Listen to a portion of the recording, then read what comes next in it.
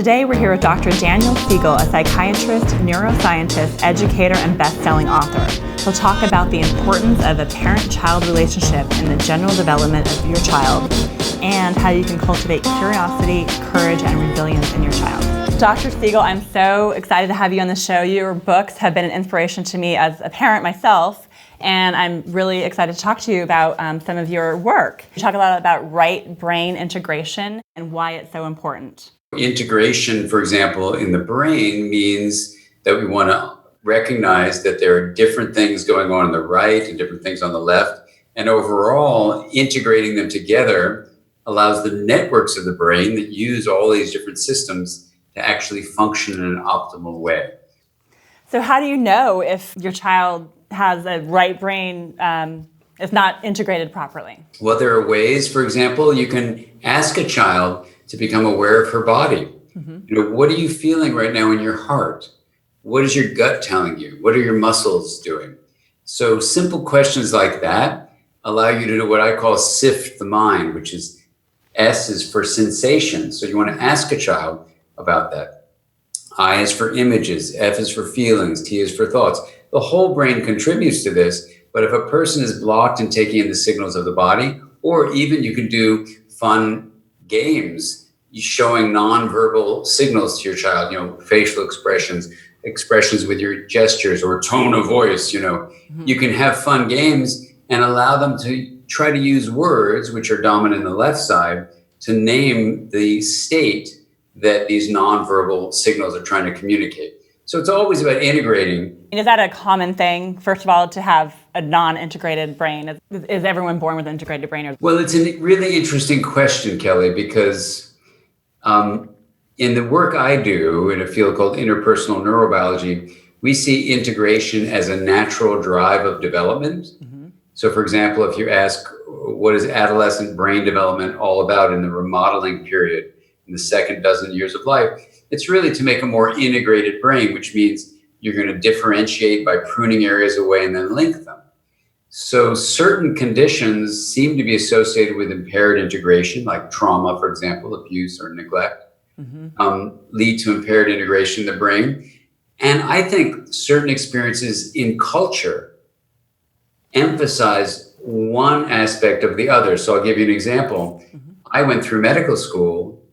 In medical training, there was very little, if any, attention paid to the internal subjective experience conveyed by nonverbal signals of our patients or even of ourselves. Mm-hmm. So you can have these, what I call mind sight circuits, mm-hmm. which are very integrative, that make a map of your own mind for insight and the map of another person's mind for empathy.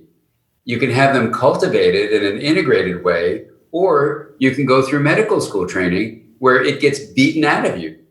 That paying attention to your own internal state is not a good thing to do. It delays you. Mm-hmm. Paying attention to the internal state of a patient when you only have 10 minutes to see them, that delays you. Mm-hmm. And I was teaching recently at a medical school, actually Stanford Medical School, but it was all about, we were talking about medicine in general, not just at Stanford, but the report had come out where 56%, this is from the Mayo Clinic, mm-hmm. of all postgraduate medical trainees were either anxious, depressed, or suicidal. Wow. So those are non-integrated states. Right. So I'm trying to address your question, is integration a natural outcome? I think the way we deal with contemporary education, all the way up through medical school, is profoundly non-integrative. We don't allow the internal subjective feelings of, in this case, physicians to be honored, and they don't honor it then in their patients. And then sadly, recently I was asked to speak to all of the veterinarians of the United States. Mm-hmm. In one group, it was 3,000. In another group, it was 2,000. They have the highest suicide rate of any clinician.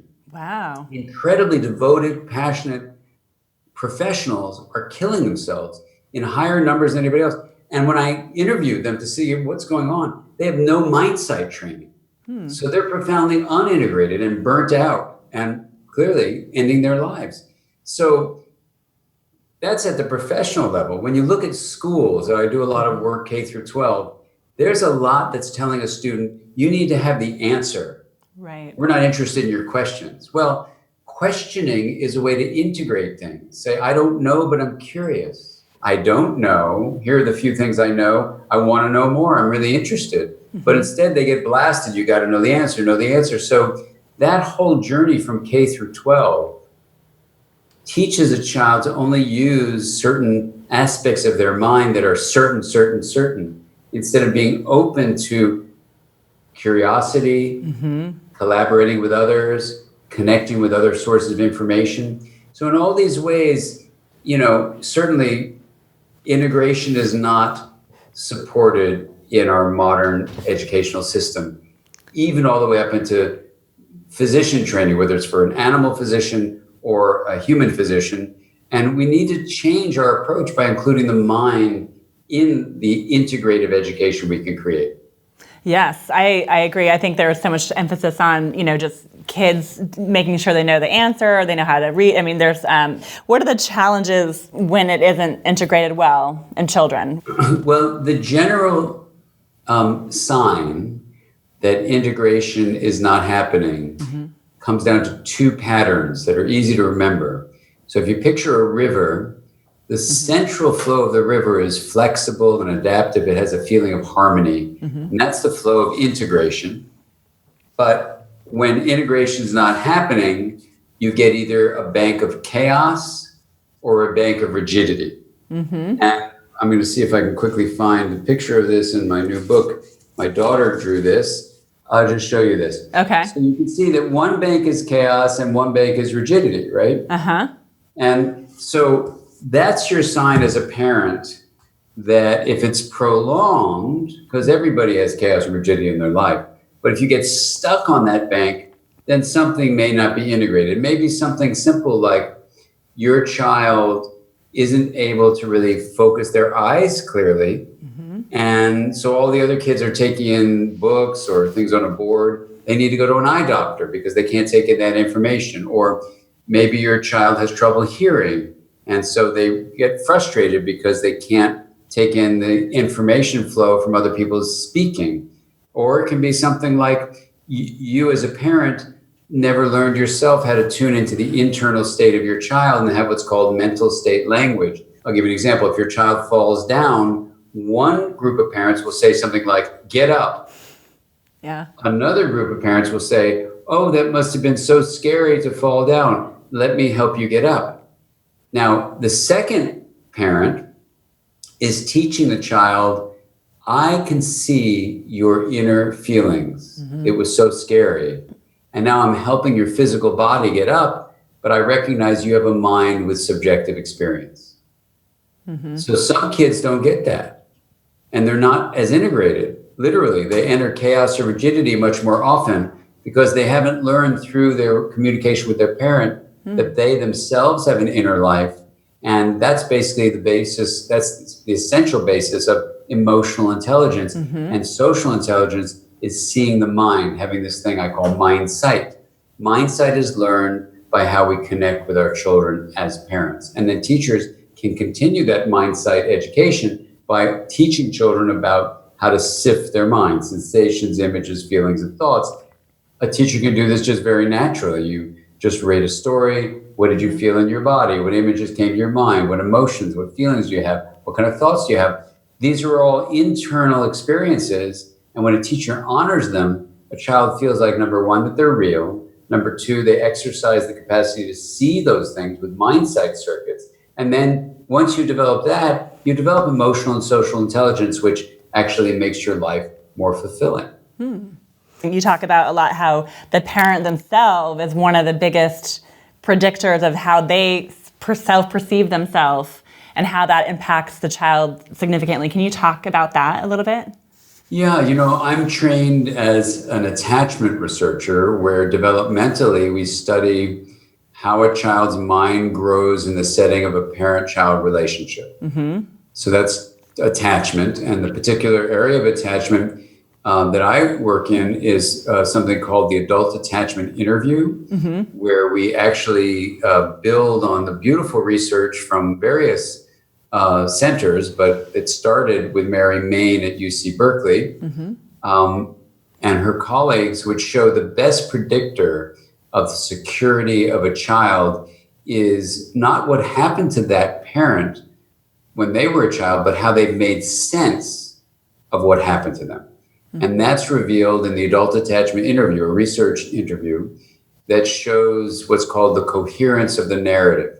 So even if horrible, horrible things happen, if a person has reflected on those things and come to make sense of how those things have impacted them, their child is very likely to have a secure attachment with them. Mm-hmm. And a secure attachment with a primary caregiver has been shown to predict all sorts of positive things, essentially social and emotional intelligence, mm-hmm. resilience in life, a robust self-awareness, and a capacity to have rewarding relationships. And the best predictor of all those things is how you make sense of your life. And I'm wondering, like, say the parent does work on themselves and they realize, can that change the relationship, or is it really just that so impactful during that first few years of life? Well, Kelly, this is a really important question that you're raising, and it's very clear. Attachment changes across the lifespan. Mm-hmm.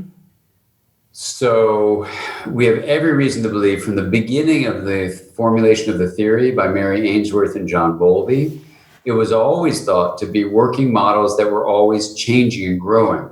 Now, if the relationships you're in don't change and grow, then your attachment model is likely going to stay the same. Mm-hmm. But if your parent does work, then you can change your attachment category as well.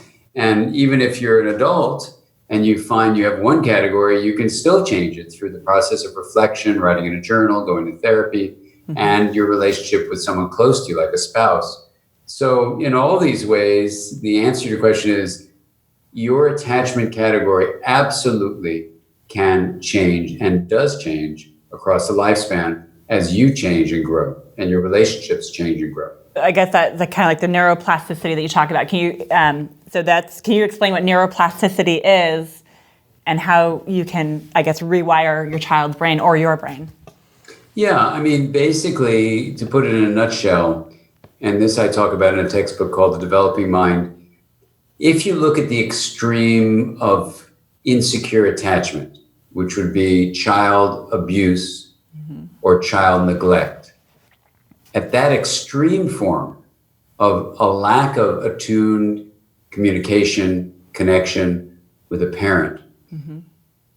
it's massive impaired relational integration. That is, in neglect, the child is hugely differentiated and there's no linkage. Mm-hmm. In abuse, there's too much linkage and no differentiation of the child's need versus the parent's own emotional states of whether it's sexual abuse, physical abuse, emotional abuse, or verbal abuse. Those extremes are impaired relational integration. And amazingly, impaired relational integration leads to impaired integration in the brain of the child. So if you had to summarize the major impact on the brain of developmental trauma, what you see is impaired integration in the form of blockage of growth of three major areas: the hippocampus, that links widely separated memory systems to each other, the corpus callosum that links the left and right, and the prefrontal cortex that links widely separated areas to each other, and even a way of studying the brain called the connectome, mm-hmm. which is these more subtly differentiated and linked areas.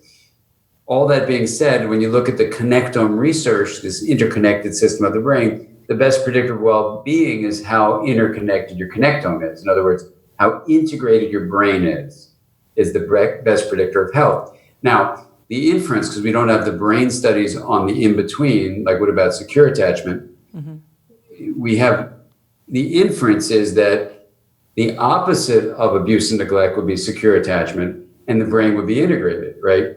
So that's where that idea comes from. So here's the notion. Whatever a person, even with abuse and neglect, has gone through, mm-hmm. integration in the brain, because of what you're suggesting, neuroplasticity, is possible to develop across the lifespan. So the various forms of non-secure attachments, what I call them, insecure forms of attachment, I think are variations on the extreme of huge impaired integration to more subtly impaired integration, and that the process of growing with experience is to grow more integration in the brain. Now, that has a big opportunity during adolescence, But across the lifespan, all the books I write about give examples where people, even in their 90s, did work with attachment insecurity to grow towards security. And I don't have the brain scans on them, but the mental capacities they develop, like empathy and insight and emotion regulation, all depend on integration in the brain. So it's very likely, the inference is, their new mental capacities, which they have demonstrated, are emerging because they've developed changes in brain structures that they didn't develop in their childhood. And this is even in a person in his 90s. Wow. So no matter what age, you can always change your brain, rewire your brain. Yeah. I mean, we want to make sure as best we can we prevent abuse and neglect. We want to make sure as best we can we do early work, because it's a lot easier earlier than later. So even though we're saying this, it's just to reassure people you can always grow, but it doesn't mean, oh, let's just mistreat children because, oh, who cares? They can grow out of it. Right. No, I want to make sure that we balance these two things. We want to keep hope alive and be very realistic. Yes, you can likely grow your brain in integrated ways across the lifespan. And yes, let's be responsible as adults so that we treat kids with the dignity and the integrated ways we honor their differentiated needs and link to them with compassionate, attuned communication. So we allow them to grow in integrated ways. So this is always, as an educator, you always want to hold those both of those important issues in mind, caring for children while also giving hope to adults who've had difficult childhoods. As a parent, you can help be a better parent by learning to be more integrated and aware. I think it would make an effect on just how you parent. Exactly. I mean, exactly what you're saying, Kelly, because presence, this is what we're talking about integration. Presence is the natural portal from which integration arises. And being aware of what's happening as it's happening and not getting swept up in judgments is the way to do that. We have this practice called the Wheel of Awareness practice, where you put awareness in the hub, you put what you're aware of on the rim, and then what you do is you integrate consciousness to cultivate presence. Now, what does that mean? You differentiate the hub from the rim by sending a spoke of attention systematically around the rim with the first 5 senses, in the first segment, then the interior of the body on the second segment, then mental activities on the third, and then going to a fourth segment of our relational life, and even exploring the hub itself. And when you do this, you're literally differentiating and linking consciousness to create presence. And parental presence is the best predictor of you having a coherent narrative and having your child have a secure attachment to you, which is the best predictor of their well-being and resilience. I appreciate you sharing all the information and about your new book. And where can people go for more information about your work and research? Well, if you come to our website, which is DR for Dr. Dan, D-A-N, and Siegel, S-I-E-G-E-L, D-R-D-A-N, SIEGEL.com.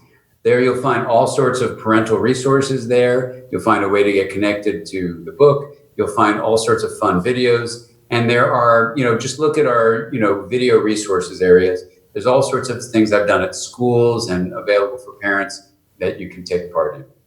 Great. Thank you so much. Thank you, Kelly. It's a pleasure. If you know someone who'd be a great fit for the show, come on over to ingeniousbaby.com and share your tips and story ideas. You are your baby's first and best teacher.